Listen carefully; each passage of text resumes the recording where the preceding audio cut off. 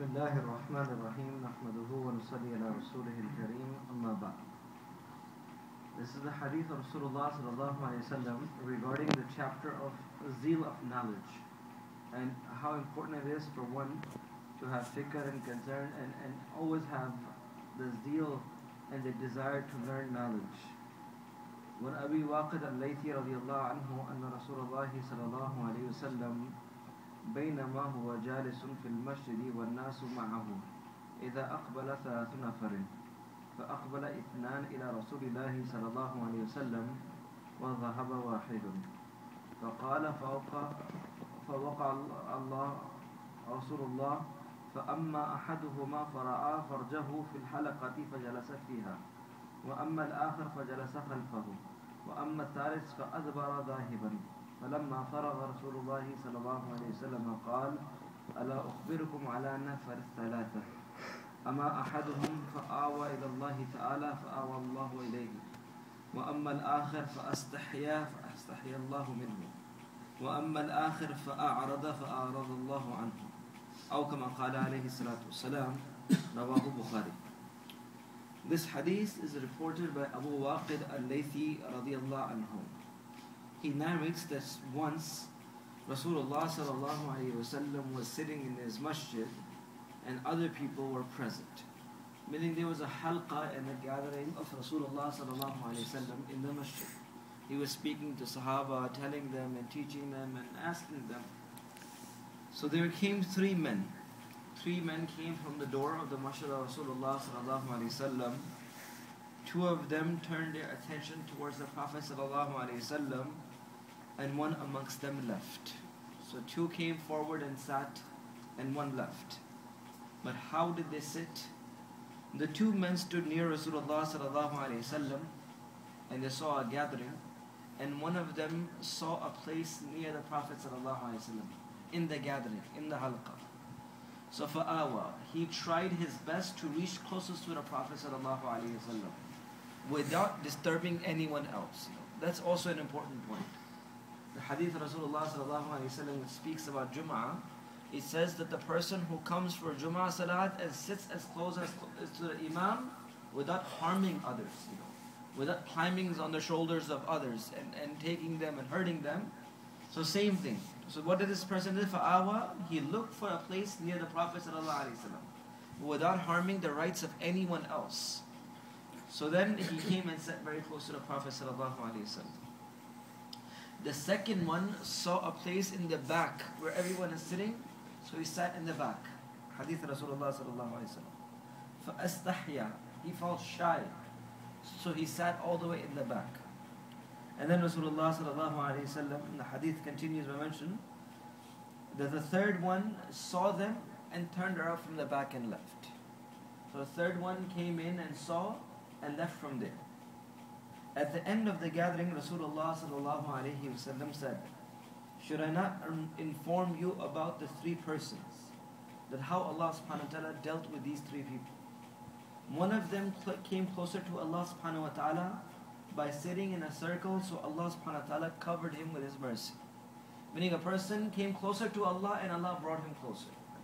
He tried his best to come close to Allah, and Allah subhanahu wa ta'ala brought him closer to him. And the second one felt shy, and Allah subhanahu wa ta'ala also had shyness from him, but did not deprive him of His mercy. So this person felt shy from Allah subhanahu wa ta'ala, but he was supposed to be deprived, but Allah did not deprive him. But He kept him towards where he was. And the third one turned away from Allah, so Allah subhanahu wa ta'ala also turned away from him. 3 things that Rasulullah sallallahu alayhi wa sallam mentioned. And this is the example, the hadith of Sahih al-Bukhari. The example which ulama have written is, this is according to the zeal and desire that we show for deen and knowledge itself. The more that we show towards deen and knowledge itself, the more that Allah subhanahu wa ta'ala will grant. There are many ahadith of Rasulullah sallallahu alayhi wa sallam which mentions the greatness and the significance of gaining knowledge.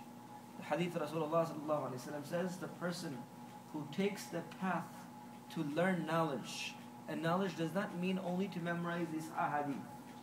Knowledge means to get the awareness of Allah subhanahu wa ta'ala. The Quran itself says, إِنَّمَا يَخْشَى اللَّهَ مِنْ عِبَادِهِ الْعُلَمَاءِ. Those who fear Allah are the ulama. Allah does not say the one who knows Bukhari is an alim. The one who knows the commentary of this Fathul Bari is an alim. Allah doesn't say this. إِنَّمَا يَغْشَى اللَّهِ. Those who fear Allah are indeed those who are the ulama and the scholars in the eyes of Allah. So it says those who go in the need of learning knowledge, those who travel for the sake of knowledge, Allah subhanahu wa ta'ala makes the way of Jannah easy for them. And Allah subhanahu wa ta'ala, if they pass away in this stage, will give a palace from the location that they had started and the place where they have passed away. Many ahadith Rasulullah sallallahu alayhi wa sallam says, Ala inna dunya mal'unatun. Rasulullah sallallahu alayhi wa sallam says, remember this, that the entire world, Ala inna dunya, that indeed the entire world is mal'un, cursed by Allah subhanahu wa ta'ala, away from the blessings of Allah subhanahu wa ta'ala. فيها إلا ذكر الله ومن والاه وآلم أو متعلم. The dhikr of Allah, anything which will bring a person closer to Allah, the one who seeks knowledge and the one who has gained knowledge. These are the only ones who are filled with the mercy of Allah subhanahu wa ta'ala. Otherwise, the hadith of Rasulullah sallallahu alayhi wa sallam says, everything is deprived. And then Rasulullah sallallahu alayhi wa sallam says, إِنَّ مَثَلُ الْعُلَمَاءِ كَمَثَلِ النَّجُومٍ. That indeed the example of the one who gained the knowledge is like the example of those stars. يَهْدِي بِهِ مِنَ الظُّلُمَاتِ وَالْبَرِّ وَالْبَحْرِ. Because of these stars, a person is guided in the days and the nights, in the lands and in the oceans. So in knowledge itself, my dear respected brothers and elders, is a great thing. And today the zeal has left our life. There's no age limit concerning knowledge itself. If you're young, you can learn knowledge. If you're old, you cannot learn knowledge. There's no ending of the doors of ilm itself. There's no doors. No ending itself. It's our desire and our zeal that how much we come closer to Allah subhanahu wa ta'ala. Learning the greatness of Allah and speaking about this. And of course, like Rasulullah sallallahu alayhi wa sallam's hadith mentioned, the more talab and the more desire that we show for the deen itself and knowledge itself, the more that Allah will open our hearts. And the more that we feel mustaghni, the more that we will feel that I know enough, and Allah subhanahu wa ta'ala will keep us according to our positions. But the more that a person shows to Allah subhanahu wa ta'ala that, oh Allah, I need this. Oh Allah, I need this. It says Ibn Abbas radiallahu anhu would go and sit on the doorsteps of Sahaba and would wait for them to come out to ask him about one hadith of Rasulullah sallallahu alayhi wa sallam. The people would say, oh Ibn Abbas, you are the cousin of Rasulullah sallallahu alayhi wa sallam. Meaning the father of Rasulullah sallallahu alayhi wa sallam and the father of Ibn Abbas were brothers. So meaning you're the cousins, you're from Banu Hashim, you're the best of the people, right? He was the son of Abbas radiallahu anhu. So he says, Abbas radiallahu anhu was amongst few uncles of the Prophet ﷺ who accepted Islam. So he says, Abbas, you should have just, Abdullah bin Abbas, why don't you knock on the door, woke us up? Or you should have called us, we could come to you and told you the hadith of Rasulullah ﷺ. He says, I have come here to be the one who is a seeker of knowledge itself. And we heard Rasulullah ﷺ saying that Allah subhanahu wa ta'ala does not grant knowledge to anyone who does not seek knowledge itself.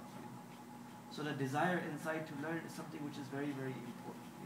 And this was what was in the mind of Sahaba radiallahu anhum ajma'in, continuously learning and coming closer to Allah subhanahu wa ta'ala. So we ask Allah to grant us the reality of ilm itself and the closeness of Allah subhanahu wa ta'ala, and in the blessed month of Ramadan make us beneficial from this month and create these good desires in our life. And why we mention these different things is that ulama have written that if a person starts something good in Ramadan and becomes firm upon it, Allah will give this person the strength for the rest of their life. Ibn Rajab al-Hanbali rahmatullahi writes this in his book. In the Fada'il of Ramadan, Ibn Rajab al-Hanbali rahmatullahi writes that a person who starts a good deed in Ramadan, starts making tahajjud salah, start doing the dhikr of Allah, or starts recitation of Quran, or says that I will come to Masjid 5 times, starts something good in the month of Ramadan, and asks Allah for strength, Allah subhanahu wa ta'ala will enable this person to do this for the rest of their life. So this is also one of the things that we can ask Allah and try for, inshallah, and try our best to come closer to Allah subhanahu wa ta'ala. We ask Allah to give us the strength and ability to practice this in our life, inshallah. Subhanallah wa bihamdihi, subhanakallah wa bihamdik, ashhadu an la ilaha illa anta astaghfiruka wa atubu